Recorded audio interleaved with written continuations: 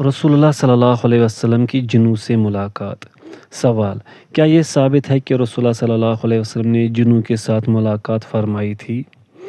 جواب: ہاں، یہ صحیح حدیث سے ثابت ہے۔ رسول اللہ صلی اللہ علیہ وسلم نے اس ملاقات کے بارے میں صحابہ کرام رضی اللہ عنہم کو بھی بتایا، انہیں ان کے آثار بھی دکھائے۔ چنانچہ تفسیر ابن کثیر میں ملاحظہ فرمائے سورہ احقاف کی آیت کریمہ وَإِذْ صَرَفْنَا إِلَيْكَ نَفَرًا مِّنَ الْجِنِّ يَسْتَمِعُونَ الْقُرْآنَ، اور جب ہم نے جنوں میں سے کئی شخص تمہاری طرف متوجہ کیے کہ قرآن سنے۔ کی تفسیر نیز سورۃ الرحمن اور سورۃ الجن کی تفسیر میں آپ کو اس سوال کا مفصل جواب مل جائے گا۔ فتویٰ کمیٹی۔ ابلیس آج تک ہمارے درمیان زندہ ہے۔ سوال: کیا ابلیس لعنہ اللہ اب تک زندہ ہے یا مر گیا ہے؟ کیا جن بھی اپنی مردوں کو انسانوں کی طرح دفن کرتے ہیں؟ جواب: اللہ تعالیٰ نے فرمایا ہے کہ ابلیس نے مہلت طلب کی جو اسے دے دی گئی، جیسا کہ حسب ذیل ارشاد باری تعالیٰ میں ہے کہ قال رب فانظرنی الی یوم یبعثون قال فانک من المنظرین۔ ابلیس نے کہا، اے میرے پروردگار، مجھے اس روز تک کہ جب لوگ اٹھائے جائے مہلت دے۔ اللہ تعالیٰ نے فرمایا کہ تجھ کو مہلت دی جاتی ہے۔ سورۃ الحجر۔ چنانچہ وہ اس یوم معلوم تک زندہ ہے جس میں اللہ تعالیٰ نے اس کی ہلاکت کا حکم دیا ہے، اور وہ دنیا میں سب سے آخر میں مرنے والا ہوگا۔ جن ایسے ارواح ہیں جو جسموں سے بے نیاز ہیں، وہ فوت تو ہوتے ہیں لیکن ان کی تدفین ان کے حسب حال ہوتی ہے۔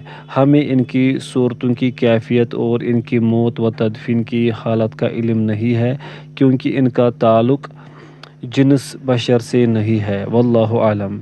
شیخ ابن جبرین۔ جادو کی حقیقت۔ سوال: کیا جادو برحق ہے؟ جواب: ہاں، جادو کی حقیقت ہے، اور وہ حقیقت یہ ہے کہ جادوگر شیطانوں کی عبادت و اطاعت کرتے ہیں اور شیاطین ان کے ارادوں کے مطابق ان کی مدد کرتے ہیں، اور اللہ تعالیٰ نے شیطانوں کو ایسی طاقت و قدرت عطا فرمائی ہے جس سے وہ عجیب و غریب کام سر انجام دے سکتے ہیں۔ شیخ ابن جبرین۔ اللہ تعالیٰ کی بارگاہ میں اولیاء و صالحین کا وسیلہ۔ سوال: کیا مسلمان کے لیے یہ جائز ہے کہ وہ اللہ تعالیٰ کی بارگاہ میں اولیاء و صالحین کا وسیلہ پیش کرے؟ مجھے بعض علماء کا یہ قول معلوم ہوا ہے کہ اولیاء کے ساتھ وسیلہ پکڑنے میں کوئی حرج نہیں، کیونکہ دعا تو اللہ تعالیٰ ہی سے ہوتی ہے۔ بعض علماء اس کے خلاف ہے۔ اس مسئلہ میں شریعت کا حکم کیا ہے؟ جواب: ولی ہر وہ شخص ہے جو اللہ تعالیٰ پر ایمان لائے، اس سے ڈرے، اللہ تعالیٰ نے جو حکم دیا ہے اس سے بجا لائے، اور جس چیز سے منع کیا ہے اس سے رک جائے۔ ارشاد باری تعالیٰ ہے الا ان اولیاء اللہ لا خوف علیہم ولا هم يحزنون الذین آمنوا وكانوا يتقون۔ سن رکھو کہ جو اللہ کے دوست ہیں ان کو نہ کچھ خوف ہوگا اور نہ وہ غمناک ہوں گے، یعنی وہ لوگ جو ایمان لائے اور پرہیزگار رہے۔ سورہ یونس۔ اللہ تعالیٰ کی بارگاہ میں اس کے اولیاء کے ساتھ وسیلہ پکڑنے کی کئی قسمیں ہیں۔ پوائنٹ فرسٹ: انسان کسی زندہ ولی سے یہ مطالبہ کرے کہ وہ اس کے لیے کشادگی، رزق، بیماری سے شفا یا ہدایت و توفیق کی اللہ تعالیٰ سے دعا کرے تو یہ جائز ہے، جیسا کہ بارش نہ ہونے کی وجہ سے حضرت صحابہ کرام رضی اللہ عنہم نے نبی کریم صلی اللہ علیہ وسلم سے یہ مطالبہ کیا تھا کہ آپ بارش کے لیے دعا فرمائیے۔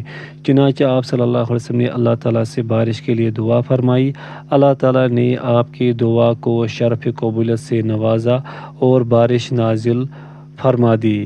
اسی طرح حضرت عمر فاروق رضی اللہ عنہ کے دور خلافت میں حضرت صحابہ کرام رضی اللہ عنہ نے حضرت عباس رضی اللہ عنہ سے بارش کے لیے دعا کروائی۔ حضرت عباس رضی اللہ عنہ نے دعا کی اور صحابہ کرام رضی اللہ عنہ نے دعا میں آمین کہی۔ اس طرح کی اور بھی بہت سی مثالیں ہیں کہ نبی کریم صلی اللہ علیہ وسلم کے عہد میں اور بعد میں بھی مسلمان اپنے مسلمان بھائی سے حصول منافعات یا دفع نقصان کے لیے اللہ تعالیٰ سے دعا کرنے کا مطالبہ کرتے رہے۔ پوائنٹ سیکنڈ، اللہ تعالیٰ سے نبی کریم صلی اللہ علیہ وسلم کی محبت، آپ صلی اللہ علیہ وسلم کی اتباع اور اولیاء اللہ سے محبت کے وسیلہ۔ سامعین کرام، اس میں صفحہ نمبر 81 مس ہے اس PDF میں، تو ہم ہارڈ بک سے پڑھیں گے۔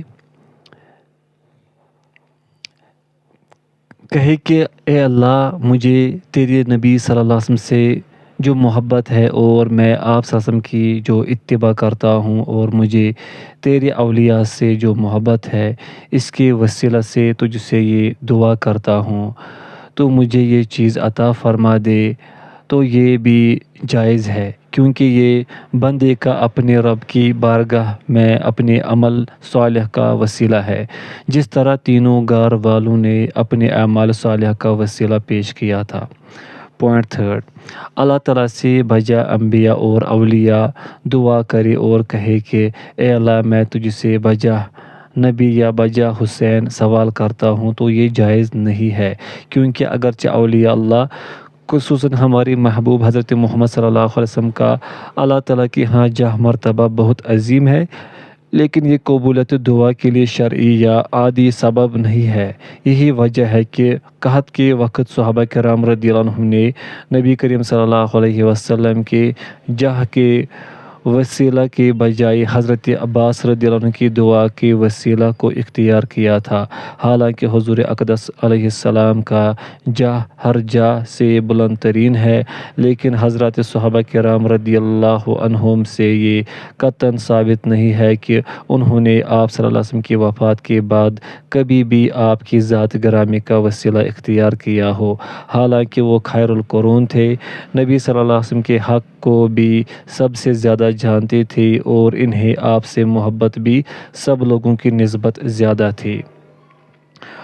پوائنٹ فورتھ، بندہ اللہ تعالیٰ کو اس کے کسی ولی یا نبی یا کسی نبی کے حق کی قسم دے کر اپنی ضرورت کا سوال کرے تو یہ بھی جائز نہیں، کیونکہ مخلوق کے ساتھ مخلوق کی قسم ممنوع ہے۔ اللہ تعالیٰ نے اس سے بہت سختی سے منع فرمایا ہے، کیونکہ محض اطاعت کی وجہ سے مخلوق کا خالق پر کوئی حق نہیں ہے کہ اسے اس کی قسم دی جائے۔ دلائل سے اسی کی شہادت ملتی ہے، اسی سے عقیدہ اسلامیہ کی حفاظت کی جا سکتی ہے، اور اسی عقیدہ سے شرک کے ذرائع کا سدباب ممکن ہے۔ فتویٰ کمیٹی، جب بھی صحت کی نگہداشت زیادہ ہوگی، وفیات کی تعداد کم ہوگی۔ سوال، بحوث العلمیہ والافتاء کی فتویٰ کمیٹی کے سامنے یہ سوال پیش ہوا کہ میں نے مجلۃ الدعوہ شمارہ 778 مورخہ 41 ہجری صفحہ 32 پر پڑھا، جس میں مضمون نگار نے یہ لکھا ہے، جیسے کہ ہم نے قبل ازیں یہ واضح کیا ہے کہ بلا شک و شبہ جیسے جیسے صحت کی نگہداشت بڑھے گی، وفیات کی تعداد کم ہوگی اور باشندوں کی تعداد میں اضافہ ہوگا۔ میں کہتا ہوں یقیناً نگہداشت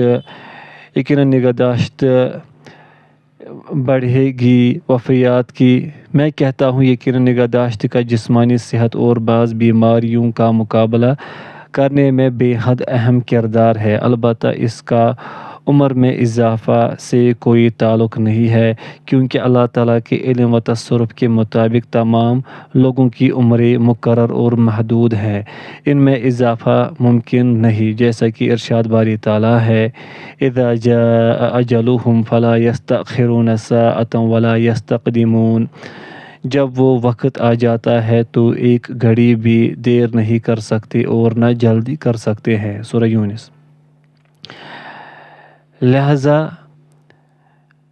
لہٰذا میں اور میرے جیسے بہت سے لوگ چاہتے ہیں کہ آپ اس مسئلہ کی تفصیل کے ساتھ وضاحت فرما دیں۔ کیا صحت کی حفاظت و نگہداشت نگہداشت سے عمر میں اضافہ ہو جاتا ہے جیسا کہ مضمون نگار نے لکھا ہے، یا اس سے عمر میں اضافہ نہیں ہوتا، جیسا کہ مذکورہ بالا آیات اس کی قطعی دلیل ہے اور وہ منسوخ بھی نہیں ہے۔ امید ہے کہ آپ اس مسئلہ کی مکمل وضاحت فرمائیں گے۔ جواب: اللہ تعالیٰ کی اپنی مخلوق کے بارے میں سنت یہ ہے کہ اس نے مسببات کو اسباب کے ساتھ مربوط کر دیا ہے، چنانچہ ایجاد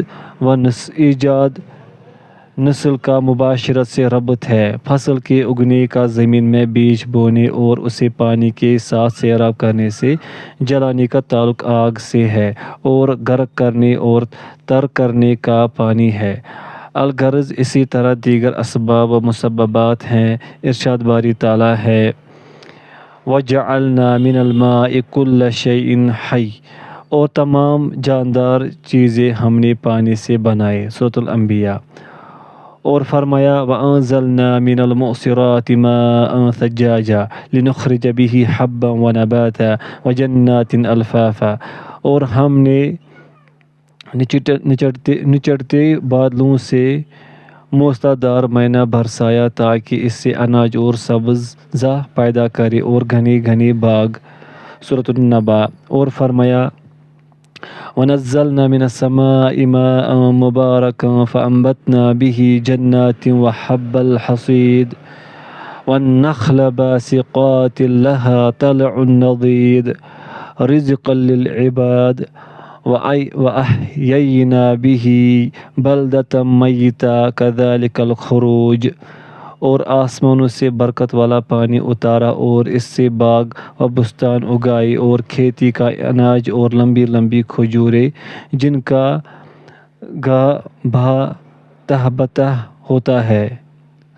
یہ سب کچھ بندوں کو روزی دینے کے لیے کیا ہے، اور اس پانی سے ہم نے شہر مردہ یعنی زمین افتادہ کو زندہ کیا، بس اسی طرح قیامت کے روز نکل پڑنا ہے۔ سورہ قاف۔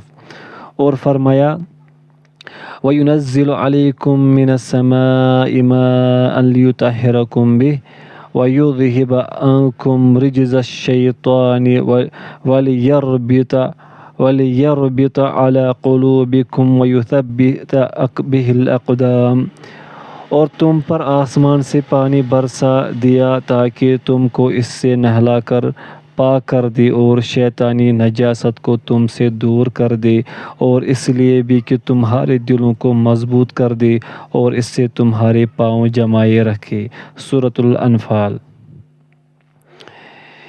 یہ اور اس طرح کی دیگر بہت سی آیات ہیں جن میں اللہ تعالیٰ نے مادی اسباب اور معنوی و مادی مسببات کو بیان کر کے ان میں ربط کو بیان فرمایا ہے، یعنی اسباب کو مسببات کا سبب بنا دیا ہے، اور دونوں کا تعلق اللہ تعالیٰ کی خلق اور قضا و قدر سے ہے۔ اسی طرح اللہ تعالیٰ نے معنوی اسباب بھی پیدا فرمائے جبکہ وہ اسباب کے بغیر بھی مسببات کے پیدا کرنے پر قادر ہے، لیکن اللہ سبحانہ و تعالیٰ کی سنت یہ ہے کہ وہ اسباب ہی کے ساتھ مسببات کو پیدا کرتا اور وجود میں لاتا ہے، اور اس میں مضمر حکمت کو بھی وہی جانتا ہے۔ ارشاد باری تعالیٰ ہے: ترجمہ: یہ وہ کتاب ہے جس کی آیتیں مستحکم ہے اور اللہ حکیم و خبیر کی طرف سے بتفصیل بیان کر دی گئی ہے۔ وہ یہ کہ اللہ کے سوا کسی کی عبادت نہ کرو، اور میں اس کی طرف سے تم کو ڈرانے والا اور خوشخبری دینے والا ہوں، اور یہ کہ اپنے پروردگار سے بخشش مانگو اور اس کے آگے توبہ کرو، وہ تم کو ایک وقت مقرر تک متاع نیک سے بہرہ مند کرے گا، اور ہر صاحب بزرگی کو اس کی بزرگی کی داد دے گا، اور اگر تم روگردانی کرو گے تو مجھے تمہارے بارے میں قیامت کے بڑے دن کے عذاب کا ڈر ہے۔ سورہ ہود۔ اپنے نبی ہود علیہ السلام کے ذکر میں فرمایا کہ انہوں نے اپنی قوم سے کہا تھا۔ ترجمہ: اور اے میری قوم، اپنے پروردگار سے بخشش مانگو، پھر اس کے آگے توبہ کرو، وہ تم پر آسمانوں سے موسلا دھار بارش برسائے گا اور تمہاری طاقت پر طاقت بڑھائے گا، اور دیکھو گناہ گار بن کر روگردانی نہ کرو۔ سورہ ہود۔ اپنے نوح علیہ السلام کے بارے میں فرمایا کہ انہوں نے اپنی قوم سے کہا تھا۔ ترجمہ: بھائیو، میں تمہیں کھلے طور پر نصیحت کرتا ہوں کہ اللہ کی عبادت کرو اور اس سے ڈرو اور میرا کہا مانو، وہ تمہارے گناہ بخش دے گا۔ جب اللہ کا مقرر کیا ہوا وقت آ جاتا ہے تو تاخیر نہیں ہوتی، کاش تم جانتے ہوتے۔ سورہ نوح۔ اللہ تعالیٰ نے اپنے انبیاء علیہم السلام کا ذکر کرتے ہوئے فرمایا کہ انہوں نے اپنی امتوں کو دعوت دیتے ہوئے کہا۔ ترجمہ: ان کے پیغمبروں نے کہا، کیا تم کو اللہ کے بارے میں شک ہے جو آسمانوں اور زمین کا پیدا کرنے والا ہے؟ وہ تمہیں اس لیے بلاتا ہے کہ تمہارے گناہ بخش دے اور فائدہ پہنچانے کے لیے ایک مدت مقرر تک تم کو مہلت دے۔ سورہ ابراہیم۔ اللہ تعالیٰ نے یہ ذکر فرمایا ہے کہ منافقوں کی ایک جماعت نے اپنے ان بھائیوں کے بارے میں یہ کہا جو غزوہ احد میں مارے گئے تھے کہ لَوْ كَانُوا عِنْدَنَا مَا مَاتُوا وَمَا قُتِلُوا، اگر وہ ہمارے پاس رہتے تو یہ مرتے اور نہ مارے جاتے۔ سورہ آل عمران۔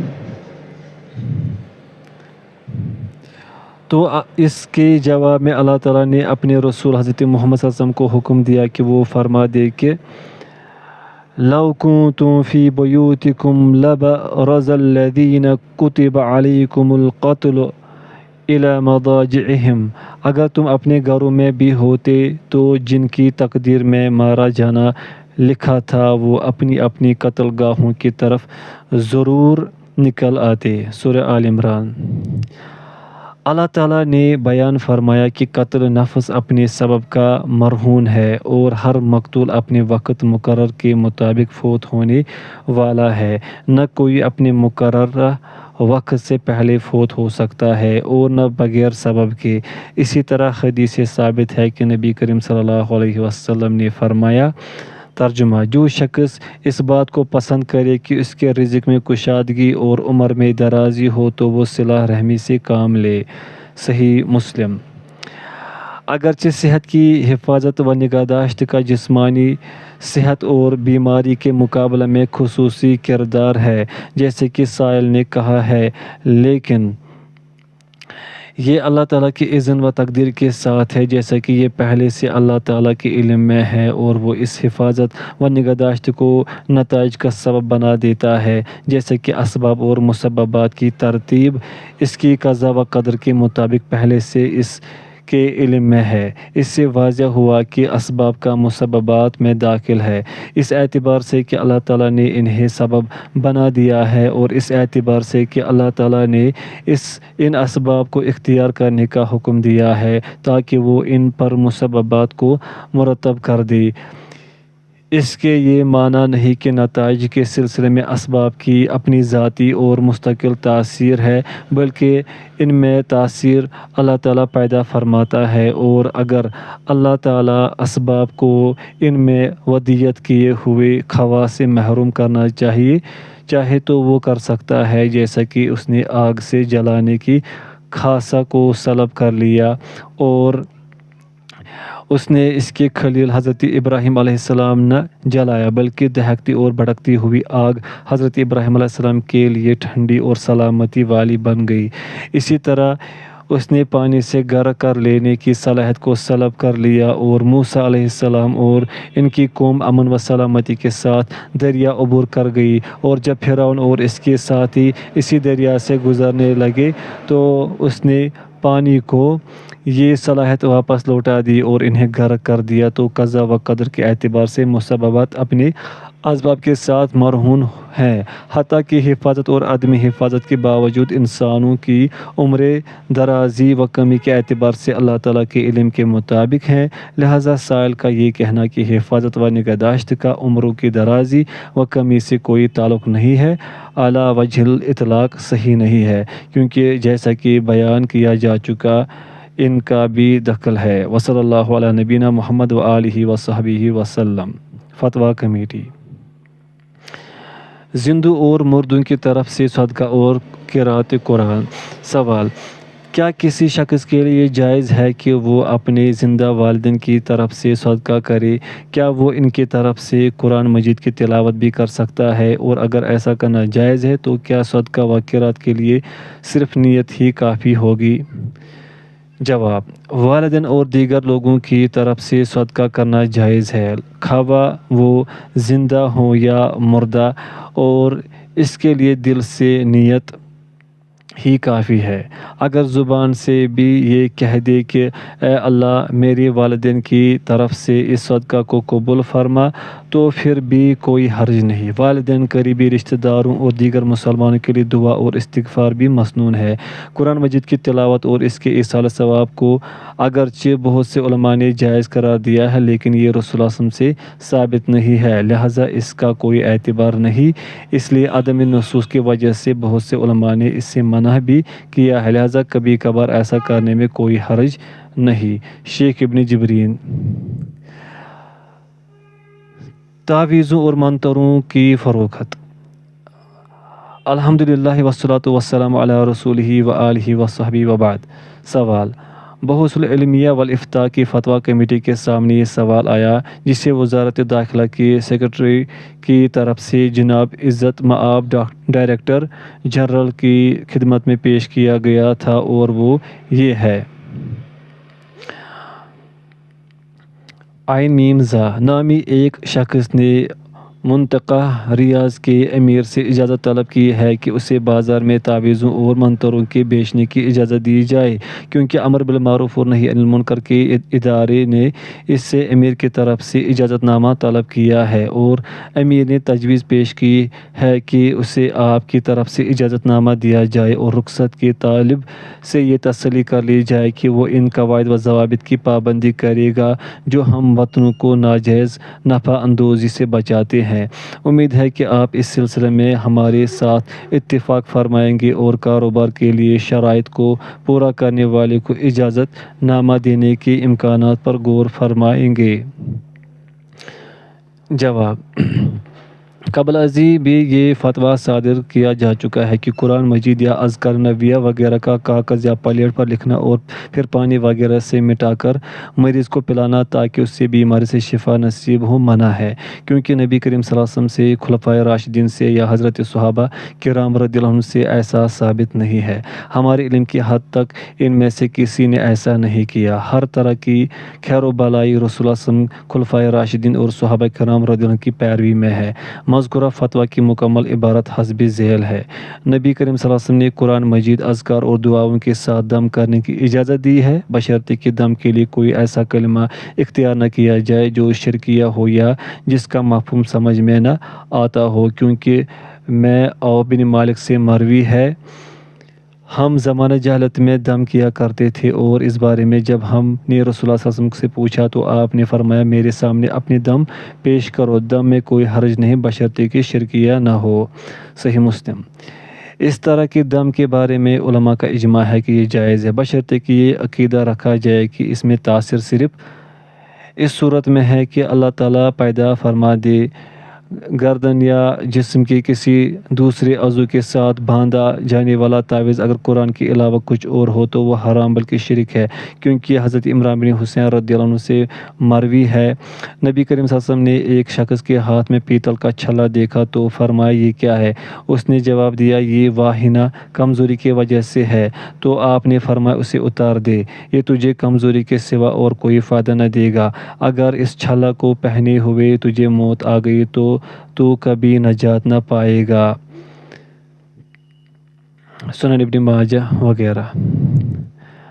حضرت عقبہ بن عامر رضی اللہ عنہ نے نبی صلی اللہ علیہ وسلم سے بیان کیا کہ آپ صلی اللہ علیہ وسلم نے فرمایا جس شخص نے تعویذ لٹکائے اللہ تعالیٰ اس کی مراد پوری نہ کرے، اور جو شخص سیپی گونگا لٹکائے اللہ تعالیٰ اس کو آرام نہ دے۔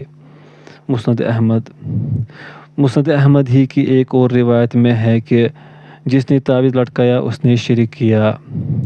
حضرت ابن مسعود رضی اللہ عنہ سے یہ حدیث مروی ہے کہ میں نے رسول اللہ صلی اللہ علیہ وسلم کو یہ ارشاد فرماتے ہوئے سنا، جھاڑ پھونک، تعویذ اور اعمال حب شرک ہے۔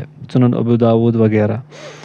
خواہ اس نے جو لٹکایا ہے وہ قرآن آیات ہی ہوں، صحیح بات یہی ہے کہ قرآنی آیات کا لٹکانا بھی ممنوع ہے اور اس کے 3 اسباب ہیں۔ پوائنٹ فرسٹ، تعویذ لٹکانے کی ممانعت کے بارے میں احادیث عام ہیں، تخصیص کی کوئی دلیل نہیں۔ پوائنٹ سیکنڈ، صد زرعی کے لیے اس کی ممانعت ہے کیونکہ اس سے غیر قرآن کے لٹکانے کا راستہ کھلتا ہے۔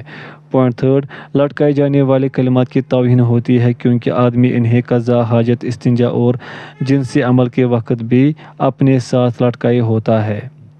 قرآن مجید کی کسی صورت یا آیات کا پلیٹ یا کاغذ پر لکھنا اور پھر اسے پانی یا زعفران وغیرہ کے ساتھ دھونا اور اسے برکت یا علمی استفادہ یا کسب مال کمانے یا صحت و عافیت وغیرہ کے حصول کی نیت سے پینا نبی کریم صلی اللہ علیہ وسلم سے ثابت نہیں ہے۔ آپ صلی اللہ علیہ وسلم نے خود کبھی اپنے لیے ایسا کیا اور نہ کسی دوسرے انسان کے لیے، اور نہ آپ نے اس کے لیے صحابہ کرام رضی اللہ عنہم یا امت میں سے کسی کو اجازت دی، حالانکہ اس وقت اس کے دواعی اور اسباب بھی موجود تھے، لہٰذا بہتر یہ ہے کہ اسے ترک کر دیا جائے اور صرف اسی پر اکتفا کیا جائے جو شریعت میں ثابت ہے، یعنی قرآن کریم، اسماء حسنی اور رسول اللہ صلی اللہ علیہ وسلم سے ثابت اذکار و ادعیہ اور ایسے کلمات جن کے معنی واضح ہو اور جن میں شرک کا شائبہ نہ ہو، اور ایسے طریقے سے تقرب الہی کے حصول کی کوشش کرنی چاہیے جو اس نے خود فرمایا ہے تاکہ ثواب حاصل ہو سکے۔ اللہ تعالیٰ پریشانیوں کو دور فرما دے،